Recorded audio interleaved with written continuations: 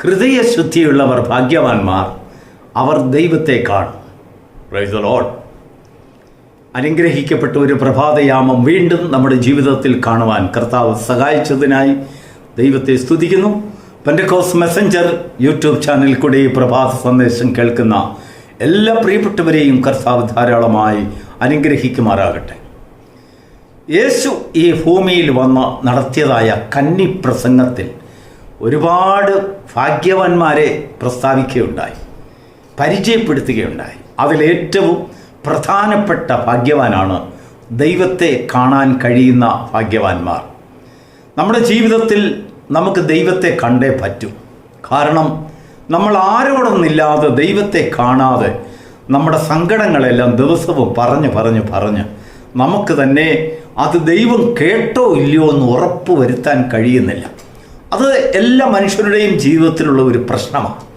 അതുകൊണ്ട് എങ്ങനെയെങ്കിലും നമുക്ക് ദൈവത്തെ ഒന്ന് കാണണം. ദൈവത്തെ മുഖാമുഖമായി കാണുവാൻ കഴിയുന്ന ഏതെങ്കിലും മാർഗമുണ്ടെങ്കിൽ അതൊന്ന് അന്വേഷിച്ച് കണ്ടുപിടിക്കണം. ദൈവത്തെ കാണുവാൻ വേണ്ടി മനുഷ്യൻ ഇന്ന് ലോകത്തിൽ അനേക ഇടങ്ങളിൽ, പുണ്യസ്ഥലങ്ങളിൽ, ആരാധനാലയങ്ങളിൽ, കൺവെൻഷനുകളിൽ, ക്ഷേത്രങ്ങളിൽ, പള്ളികളിൽ എന്ന് വേണ്ട ദൈവമെന്ന് പറയുന്നതായ ഏത് ജാതി മതത്തിലും നോക്കണേ, ദൈവത്തെ തേടി മനുഷ്യൻ അങ്ങ് പോവുക. മനുഷ്യൻ്റെ ഹൃദയത്തിൽ ദൈവമുണ്ട്. ദൈവത്തിന് സ്തോത്രം. എല്ലാ മനുഷ്യരുടെയും ഹൃദയത്തിൽ ദൈവമുണ്ട്.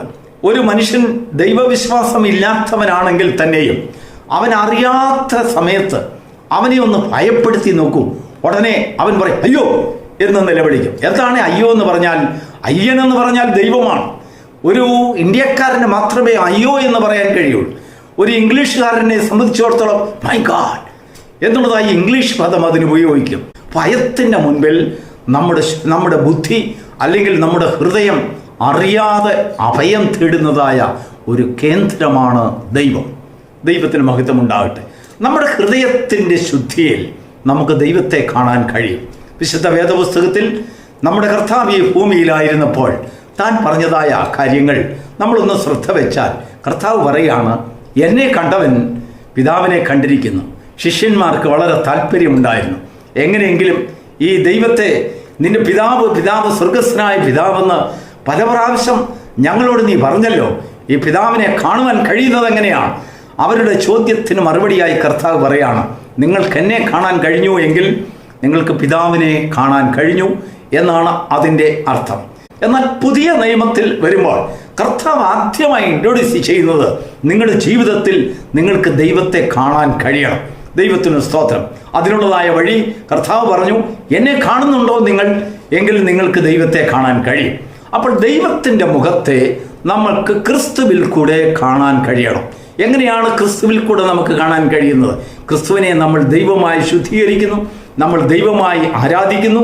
എന്നാൽ ദൈവമായി അംഗീകരിക്കുന്ന അംഗീകാരം നമുക്ക് യഥാർത്ഥത്തിൽ ദൈവത്തെ കാണുവാൻ സാധ്യമാകുമോ? ഇല്ല എന്നാണ് കർത്താവ് പറഞ്ഞത്. പിന്നെ എങ്ങനെയാണ്?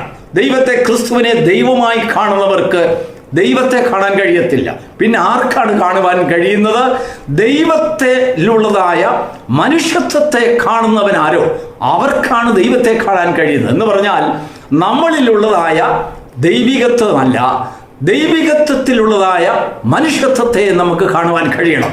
മനുഷ്യനെ ദൈവം സ്നേഹിക്കുന്നു എന്നുള്ളതായ ഒരു കാര്യം നമ്മൾ മറക്കരുത്. അതുകൊണ്ടാണ് കർത്താവ് ശിഷ്യന്മാരോട് പറഞ്ഞത്, നിങ്ങൾ ഏതെങ്കിലും ഒരു ഭവനത്തിലേക്ക് ചെല്ലുമ്പോൾ അവരോട് പറയണം നിങ്ങൾക്ക് സമാധാനം. എന്നാൽ നമ്മൾ എന്താണ് പറയുന്നത്? ക്രൈസ്തലോട് പറയും. എന്നാൽ നിങ്ങൾക്ക് സമാധാനം സലോം എന്നുള്ളതായ ഒരു വാക്കുച്ചരിക്കുമ്പോൾ ആ സമാധാനത്തിന് പിൻപിൽ ചില സന്ദേശങ്ങളുണ്ട്. എന്താണ് ആ സന്ദേശമെന്നറിയാമോ? എൻ്റെ സാന്നിധ്യം നിങ്ങളുടെ മുൻപിൽ, നിങ്ങളുടെ ഇടയിൽ ഒരസമാധാനം കൊണ്ടുവരികയില്ല എന്നുള്ളതായ ഒരു ഉഭയസമ്മതമാണ്. നമ്മളൊരു ഭവനത്തിൽ ചെല്ലുമ്പോൾ നമ്മൾ പ്രൈസലോട് പറഞ്ഞാൽ നമ്മൾ സമാധാനത്തിൽ നിന്ന് ഒഴിഞ്ഞു മാറുന്നവരാണ്. സമാധാനം കൊടുക്കാനല്ല നമ്മൾ ചെന്നത്.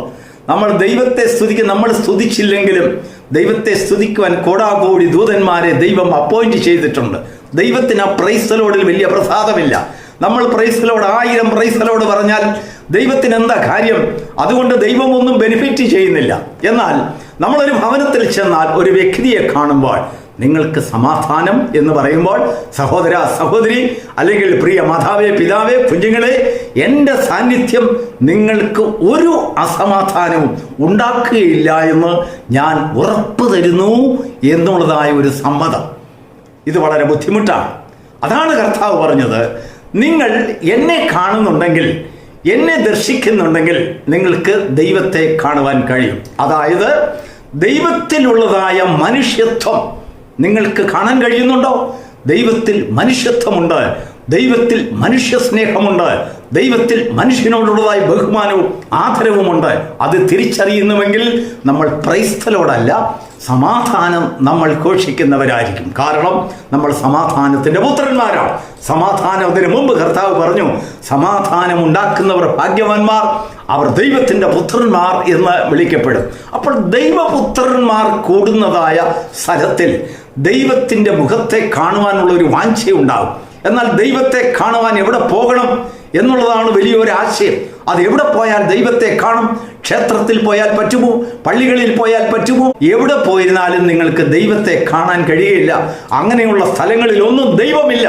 ദൈവം അവിടെ എങ്ങും വരില്ല. പിന്നെ അവിടെ ആരാണുള്ളത്? ദൈവത്തിന് സ്തുതി കൊടുക്കുവാനും ബഹുമാനം കൊടുക്കുവാനും കൂടി വന്നിരിക്കുന്നതായ ചിലരോടുകൂടെ ചേർന്ന് നമ്മൾ ഐക്യദാർഢ്യം പ്രഖ്യാപിക്കാനാണ് പള്ളികളിലും ആരാധനാലയങ്ങളിലും അല്ലെങ്കിൽ മറ്റുള്ള സ്ഥലങ്ങളിലൊക്കെയും പുണ്യസ്ഥലങ്ങളിലെല്ലാം പോകുന്നത്. മറ്റുള്ളവർ സ്തുതിക്കുമ്പോൾ നമ്മളും അതിനോട് ഐക്യദാർഢ്യം കൊടുക്കുന്നു, ഞങ്ങളും ദൈവത്തെ സ്തുതിക്കുന്നു എന്ന് ചേർന്ന് പറയുന്ന ഒരു പ്രക്രിയ മാത്രമേ ഉള്ളൂ. യഥാർത്ഥത്തിൽ ദൈവം വസിക്കുന്നത് ശുദ്ധിയുള്ള ഹൃദയങ്ങളിൽ നമ്മളിൽ വസിക്കുന്നു. നാം സമാധാനം കൊണ്ട് നടക്കുന്നവരാണെങ്കിൽ നമ്മളിൽ ദൈവമുണ്ട്. നമുക്ക് ദൈവത്തെ കാണുവാൻ കഴിയുന്നു, പുത്രനെ കാണുവാൻ കഴിയുന്നു. ക്രിസ്തു ഇപ്പോൾ ജഡാവതാരം എടുത്തു വന്നാൽ നമുക്കാർക്കും തിരിച്ചറിയത്തില്ല. 2000 വർഷത്തിന് മുമ്പ് കർത്താവ് ഈ ഭൂമിയിൽ വന്നതായ ജഡാവതാരം, തൻ്റെ ഷേപ്പ് എങ്ങനെ ഉണ്ടായിരുന്നു, തൻ്റെ മുഖച്ഛായ എങ്ങനെ ഉണ്ടായിരുന്നു, അതൊന്ന് പരിചയപ്പെടുത്തുവാൻ, ഇത് വാസ്തവത്തിൽ കർത്താവാണെന്ന് നമ്മോട് പരിചയപ്പെടുത്തുവാൻ തക്ക അറിവും ജ്ഞാനവും ആ പരിചയവും ഉള്ളവരാരും ഇന്ന് ജീവനോടില്ല. അവരെല്ലാം മൺമറഞ്ഞുപോയി. അപ്പോൾ അക്ഷരികമായി കർത്താവിൻ്റെ മുഖത്തെ നമുക്ക് പരിചയപ്പെടുത്തുവാൻ ആളില്ല. എന്നാൽ നമുക്ക് പരിചയപ്പെടുത്തുവാൻ ഒരാളുണ്ട്. അത് അക്ഷരികമായ മുഖമല്ല, അദ്ദേഹത്തിൻ്റെ ശബ്ദത്തെ നമ്മോട് പരിചയപ്പെടുത്തും. അതുകൊണ്ടാണ് കർത്താവ് ഉയർത്തെഴുന്നേറ്റതിന് ശേഷം ശിഷ്യന്മാരോട് പറഞ്ഞു, നിങ്ങൾക്ക് സമാധാനം. അപ്പോൾ നിങ്ങൾക്ക് സമാധാനം എന്ന് പറയുവാൻ, മനുഷ്യർക്ക് സമാധാനം കൊടുക്കുന്ന ഒരു വ്യക്തി അത് കർത്താവ് മാത്രമേ ഉണ്ടായിരുന്നുള്ളൂ. അത് കർത്താവ് മാത്രമല്ല, നമ്മളും തമ്മിൽ സമാധാനം കൊടുക്കുന്നവരാണെങ്കിൽ, മറ്റുള്ളവർക്ക് സമാധാനം പ്രഖ്യാപിക്കുന്നവരാണെങ്കിൽ, നമ്മുടെ കുടുംബത്തിൽ സമാധാനം പ്രഖ്യാപിക്കുന്നവരാണെങ്കിൽ നമ്മോടുകൂടെ ദൈവമുണ്ട്.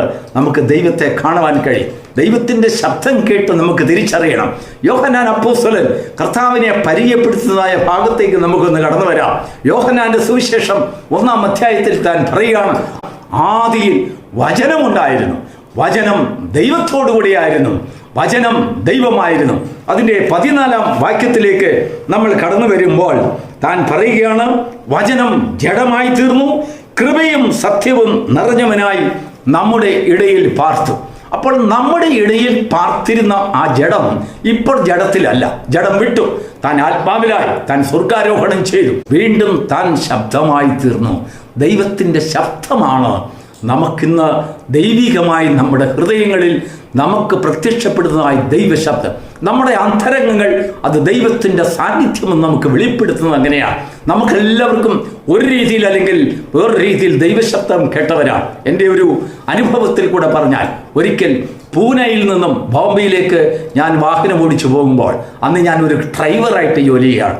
എൻ്റെ വാഹനത്തിൽ ഒരു യൂറോപ്യനായ ഒരു എഞ്ചിനീയർ ഉണ്ടായിരുന്നു ഞങ്ങളുടെ കമ്പനിയിലെ. അതിനുശേഷം ഇന്ത്യക്കാരനായ ഒരു എഞ്ചിനീയറും ഉണ്ടായിരുന്നു.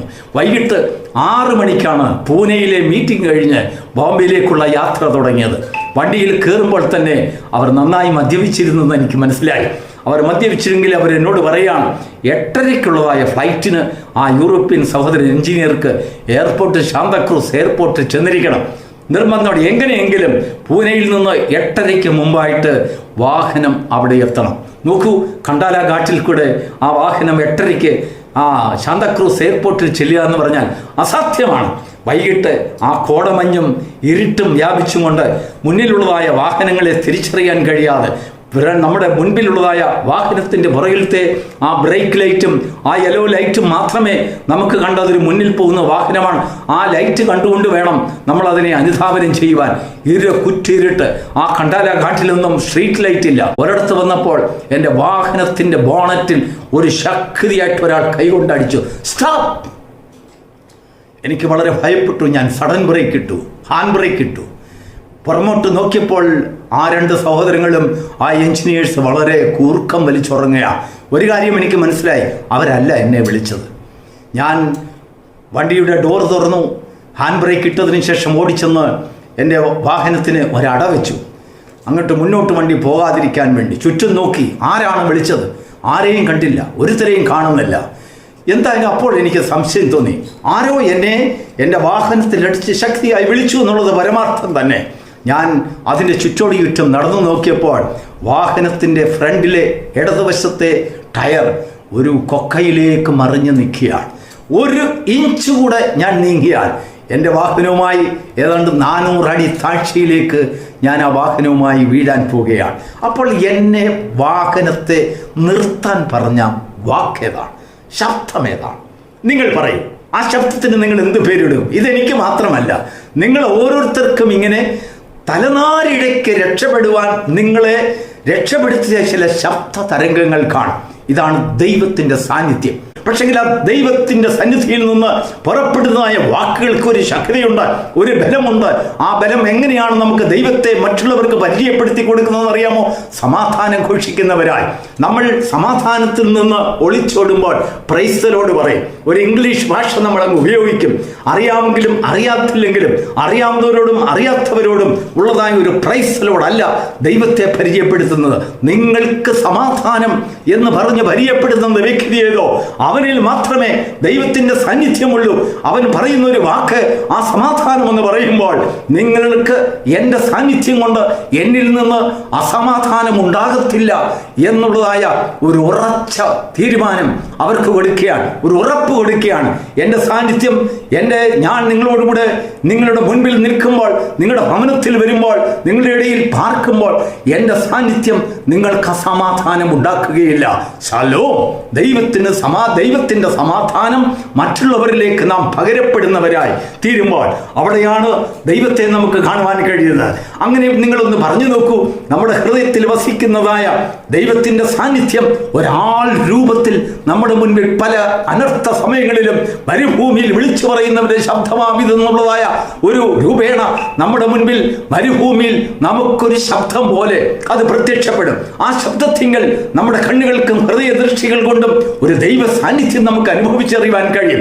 അങ്ങനെ സമാധാനത്തിൻ്റെ പ്രഭുവായ ദൈവം നമ്മുടെ ഹൃദയ ശുദ്ധിയിൽ കാലൂതിക്കൊണ്ട് നമ്മുടെ മുൻപിൽ നമുക്ക് വേണ്ടി നമ്മളിൽ വസിക്കുന്ന ഒരു ദൈവത്തിൻ്റെ രൂപത്തെ നമുക്ക് പ്രത്യക്ഷപ്പെട്ട് കാണുവാൻ കഴിയും. ഗലാത്യ സഭ അപ്പോസ്തലനായ പൗലോസ് അവരോട് പറയാണ്, ബുദ്ധിയില്ലാത്ത ഗലാത്യരെ, ക്രിസ്തുയേശു ക്രൂശിക്കപ്പെട്ടവനായി നിങ്ങളുടെ മുൻപിൽ വരച്ചു കിട്ടിയിരിക്കെ നിങ്ങളെ ശുദ്ധം ചെയ്ത് മയക്കിയതാ എന്ന് പറഞ്ഞാൽ ആ കർത്താവ് മരിച്ചു, അവൻ ഉയർത്തെഴുന്നേറ്റു, അവൻ സ്വർഗാരോഹണം ചെയ്തു. എങ്കിലും ഇപ്പോഴും ആ ക്രൂശിക്കപ്പെടാത്ത ഒരു ക്രിസ്തുവിനെ തേടി പോകുന്നതായ മനുഷ്യഗണങ്ങളെ ആ ഗലാത്യ സഭയിൽ കണ്ടുകൊണ്ട് അപ്പോസ്തലനായ പൗലോസ് അവരോട് പറയുകയാണ്, ഇപ്പോഴും നിങ്ങൾ അവനെ മനുഷ്യരുടെ ഇടയിൽ നിങ്ങൾ അന്വേഷിക്കുന്നുവോ? ഇല്ല, അവൻ ക്രൂശിക്കപ്പെട്ടു, അവൻ മരിച്ചു, അടക്കപ്പെട്ടു, ഉയർത്തെഴുന്നേറ്റു. ഇപ്പോൾ അവൻ ദൈവത്തിന്റെ സന്നിധിയിൽ ഒരു ശബ്ദമായി വീണ്ടും അവൻ ദൈവസ്വരൂപത്തിൽ ഇരിക്കുന്നു. ആ ക്രിസ്തു നിങ്ങളിൽ വസിക്കുന്നു. എങ്ങനെ? ദൈവശബ്ദമായി, സമാധാനമായി, ആശ്വാസമായി, സ്വസ്ഥതയായി. ഈ പ്രഭാതത്തിൽ ദൈവത്തെ കണ്ട്, ഈ സമാധാനത്തിൻ്റെ പ്രഭുവായ ദൈവത്തെ കണ്ട് നമ്മുടെ സങ്കടങ്ങൾ പറയുമ്പോൾ, നമ്മുടെ ആവലാതികൾ ധരിപ്പിക്കുമ്പോൾ അവൻ അത് കേൾക്കുന്നു.